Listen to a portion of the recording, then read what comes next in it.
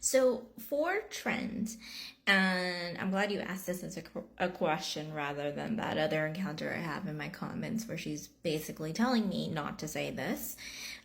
is that when it comes to trendy and how I see autism as a trend in social media specifically, is how information is being given to public and to an audience,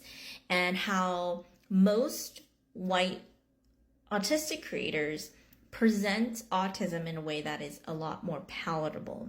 Therefore, because it's more palatable and more relatable to the general public who aren't autistic, then it becomes trendy. So it's a trend where that,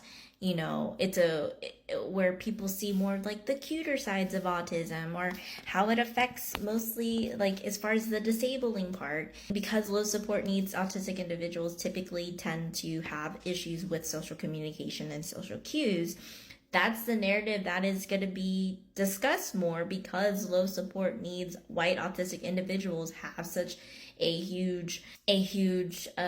platform when it comes to social media and autism media in general and representation. So I think autism is also becoming more trendy, and I'm going to tag Ina's video in my caption because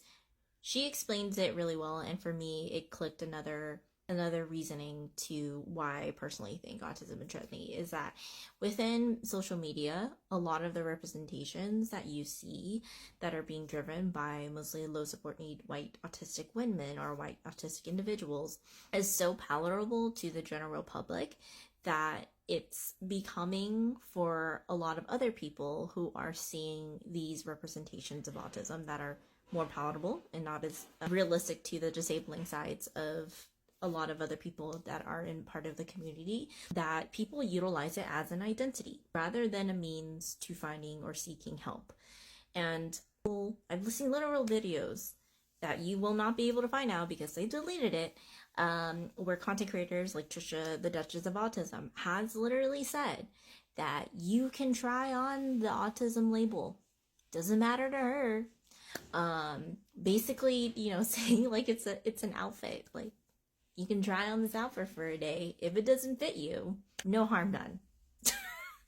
And then there's other content creators like Matt Marshall, who only really talks about very, very generalized things when it comes to autism. And he's gotten into a lot of trouble because he rarely ever presents any nuance. And when people, and especially people of the community, try to tell him how problematic his content is, he hasn't really changed any of that, and he doesn't really listen to any of those voices. And then there was a huge blow up within the last few months of so much misinformation, and because autism has become less stigmatized in representations and how we talk about it, there's been a lot of misinformation about what autism reflects to a general part of the community, like the whole series that Taylor Heaton has done, where she says things autistic people do and does a very general idea of autism that is very much more exemplary of low support needs autism, and not like the broader sense of how it can affect or be nuanced to other autistic individuals.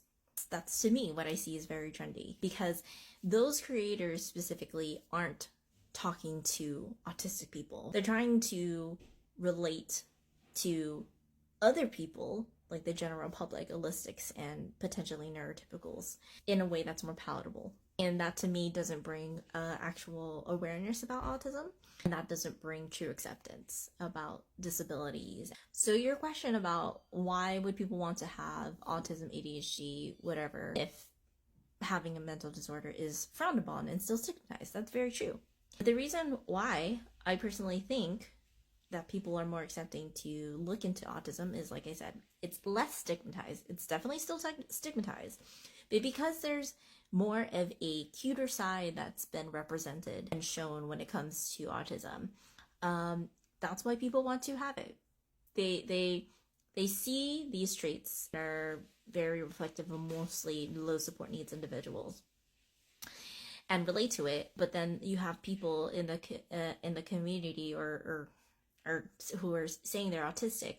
that really aren't, because they say that the criteria for the DSM doesn't apply to their autism. Because again, it's they want to try on autism as an identity, because they may fit one trait, but all of the other traits don't fit their autism. So I don't understand that, but that's again another way of where I'm seeing autism become trendy, because people are trying to fit themselves into this disorder rather than seeing themselves in the criteria, accepting how the severity and deficits within the criteria lie, for their specific deficits in autism. There's definitely other mental disorders, and I think a mutual of mine that I'll also try to tag here, M,